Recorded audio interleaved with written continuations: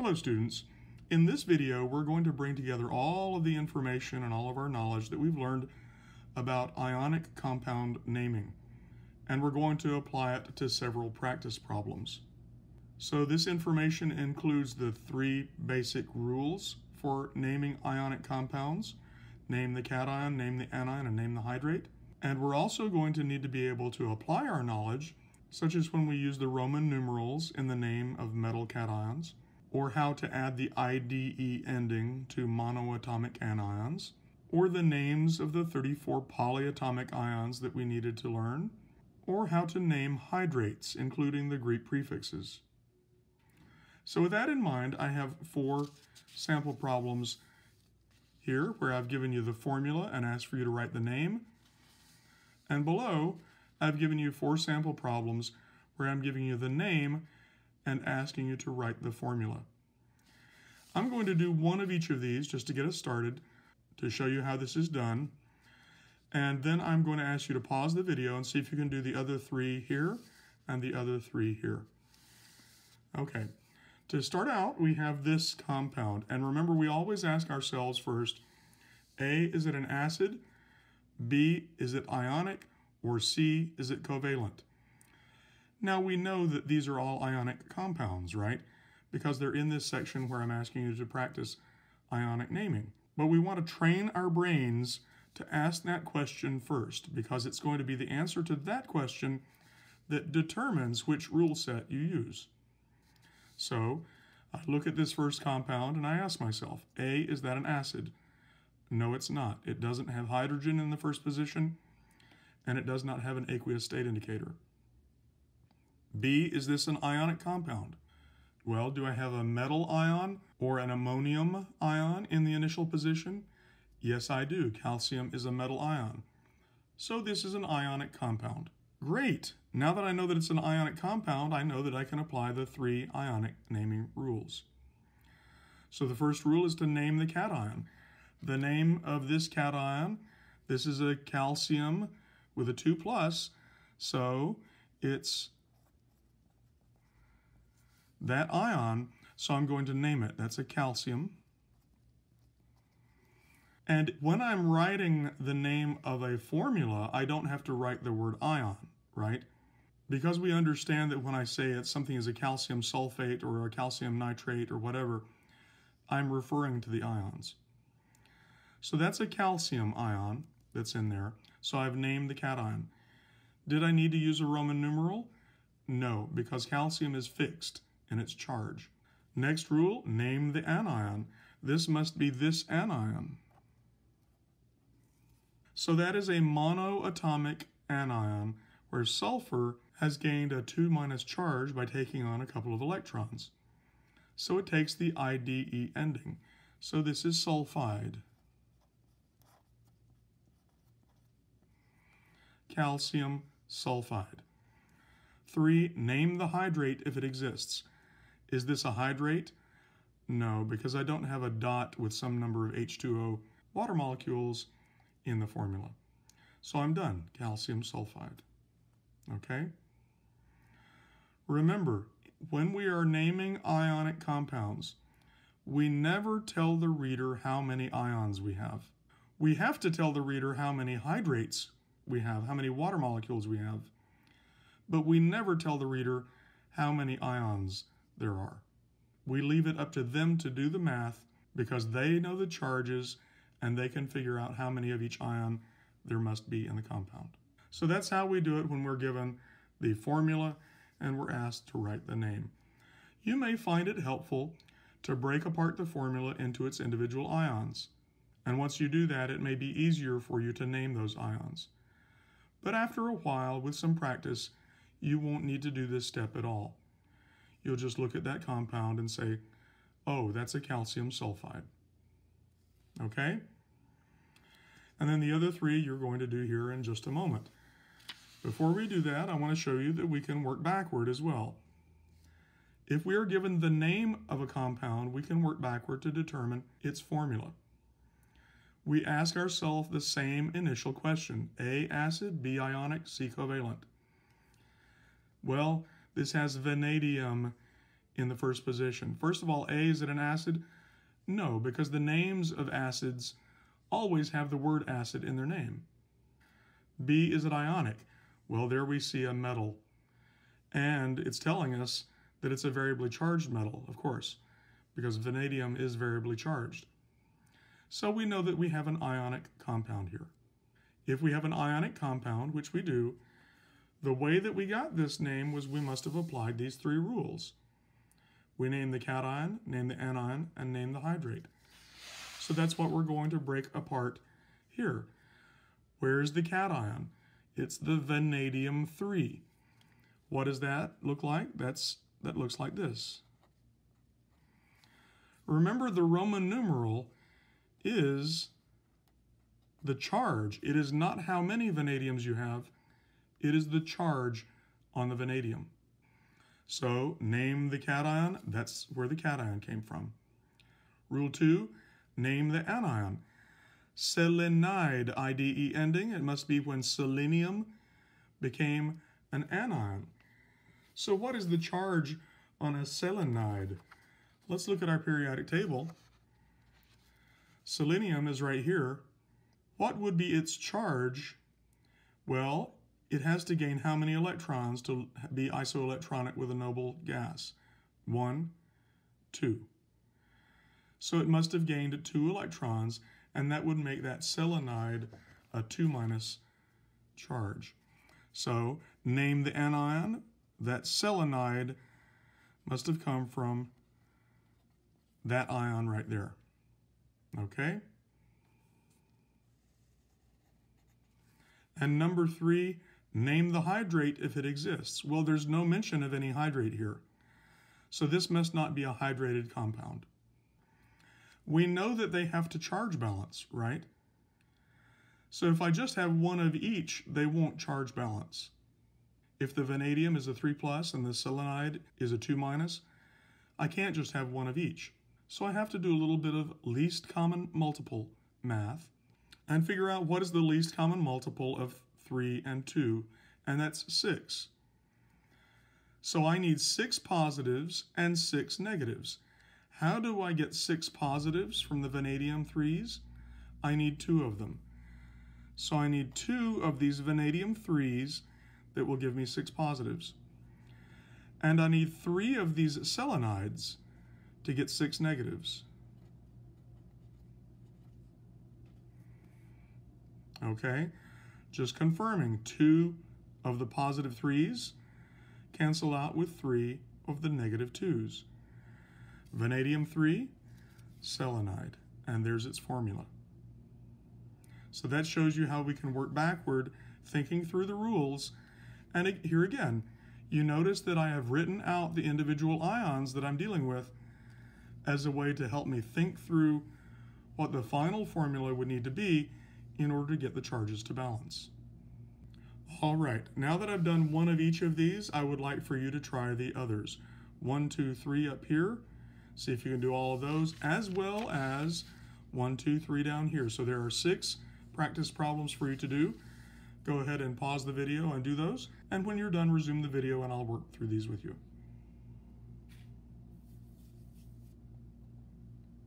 Okay, resuming the video, let's see what we've got up here. A, acid, no. B, ionic, yes. There's an ammonium ion in the first position. So you may recall that if I have a parentheses around a polyatomic ion and a subscript, that means I've got that many of those polyatomic ions. So what I have here is the ammonium ion, and I've got 3 of them, right? And if I've got 3 of those +1 charges, let's go ahead and put all of them out here, then the anion, PO3, must have a 3- charge in order to offset those 3 positives, right? So that's what this compound is made of. It has 3 ammonium cations and 1, what is the name of that? It is related to PO4 with a 3- charge. PO4 with a 3- charge would be the phosphate. This has 1 less oxygen, And do you remember that pattern? The pattern where if you have one less oxygen than the phosphate, you end up getting the phosphite. So we have these ammoniums and we have a phosphite. So remember, we never tell the reader how many we have of these ions. We just name the cation, name the anion, and name the hydrate if it exists. So what is the name for the cation? It's the ammonium. What is the name for the anion? It's the phosphite. Is there a hydrate here? No. So we're done, and that's the name. The next one, is this A an acid? No. Is it B ionic? Yes. Titanium right there is a metal. Now I want to point out something that some students make a mistake here. Ti is right there, that's titanium. And some students mistake this for Tl, which is right here, thallium. So make sure that you notice if it's a Ti titanium or a Tl thallium, okay? This is a Ti, titanium. So it is a transition metal. It is therefore variably charged. So we don't know the charge on that yet. So when we are looking at a variably charged cation and we don't know its charge, then let's take a look at the anions, and the anions will tell us what that cation charge must be. So the anion here is just a nitrogen, and therefore we know it's not an azide with a 3 subscript. It's just a nitrogen that has become an anion. Nitrogen that has become an anion has gained 1, 2, 3 electrons to become the nitride anion. That's a nitride right there. Notice that I only have one of those nitrides in the formula, and so that titanium must have whatever charge it has must balance out with that 3-. So the titanium in this case, although it's generally variable, in this case it has a 3+ charge. So those are the ions that I'm dealing with. There is no hydrate that has to be mentioned. So I name the cation. This is a titanium. And because it is a variably charged metal ion, I have to tell my reader what its charge is. And that's what the Roman numerals do. Roman numerals tell the reader what the charge is, not how many of them you have, but what the charge is on the metal. So I have named the cation. It's a titanium 3. Now I named the anion. It's a nitride. Titanium 3 nitride. There's no hydrate to mention, so I'm done. That's a titanium 3 nitride. Okay? For the next one,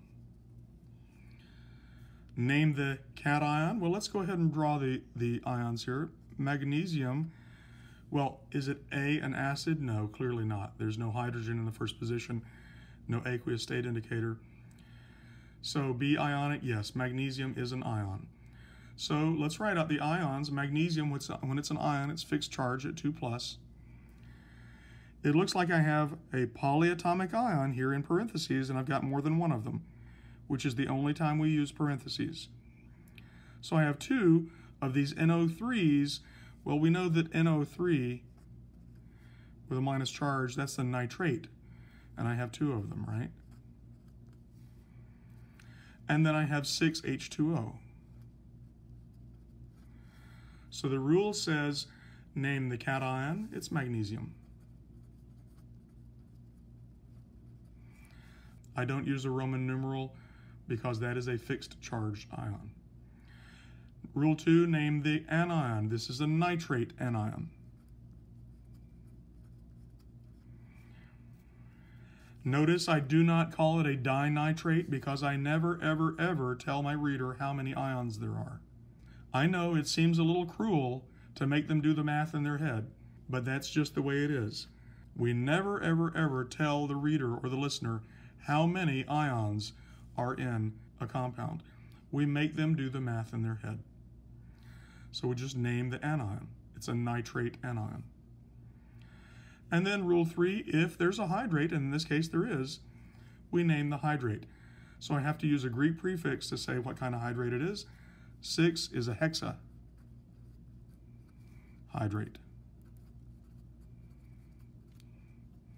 And there we go, the name of this compound, magnesium nitrate hexahydrate. Okay, so are you picking up the pattern of what we have to do? We have to identify whether it is an ionic compound, and once we do that, we try to break it apart into its ions, and then we name the cation, we name the anion, and we name the hydrate, if it is a hydrate. Now working backward, it's very similar.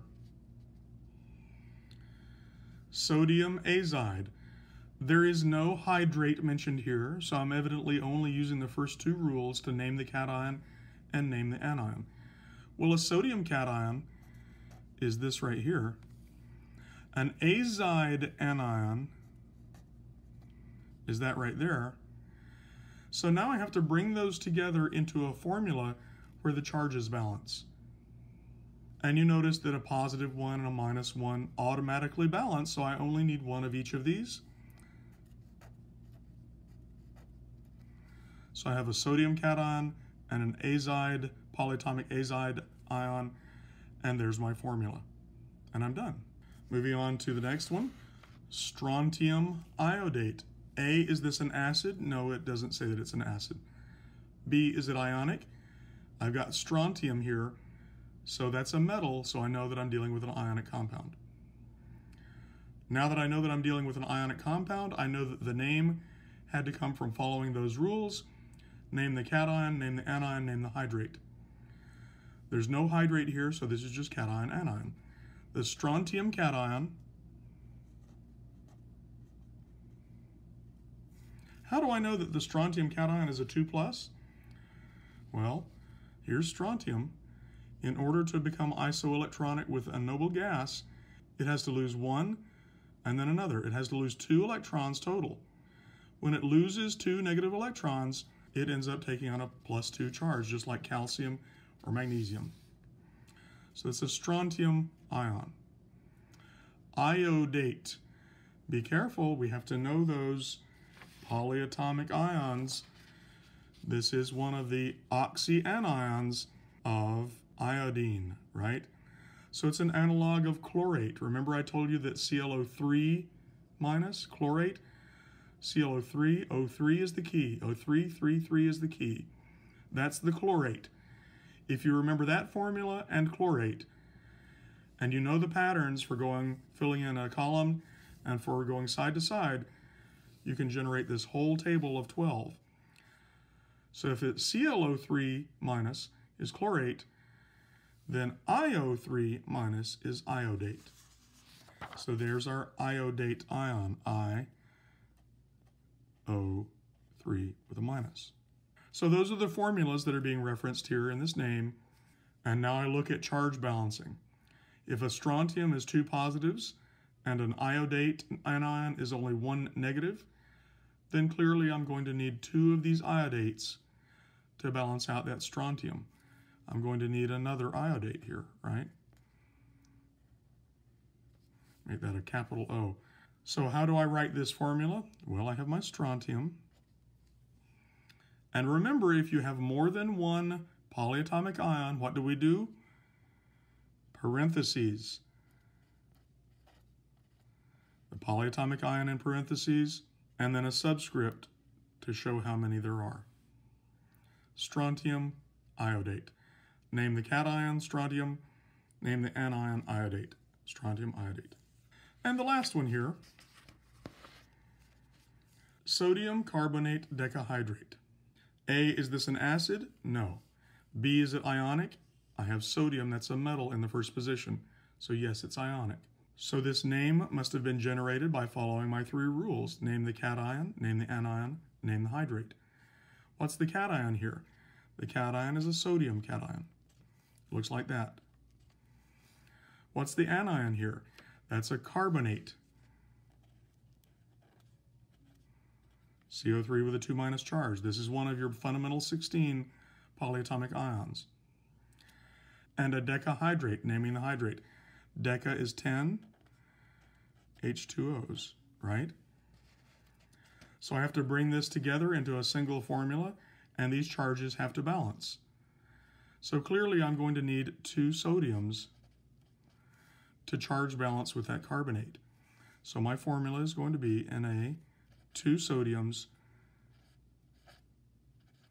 carbonate, and then my hydrate, my decahydrate. Name the cation sodium. Name the anion carbonate. Name the hydrate, it's a decahydrate. And there's my formula. Now at the back of my lecture workbook, in the appendices, I have pages upon pages of practice problems to let you practice this for all kinds of compounds, acids, ionic compounds, and covalent compounds. And I've also included a couple of practice tests. And the answer keys for all of those activities and the practice tests are in the appendix as well.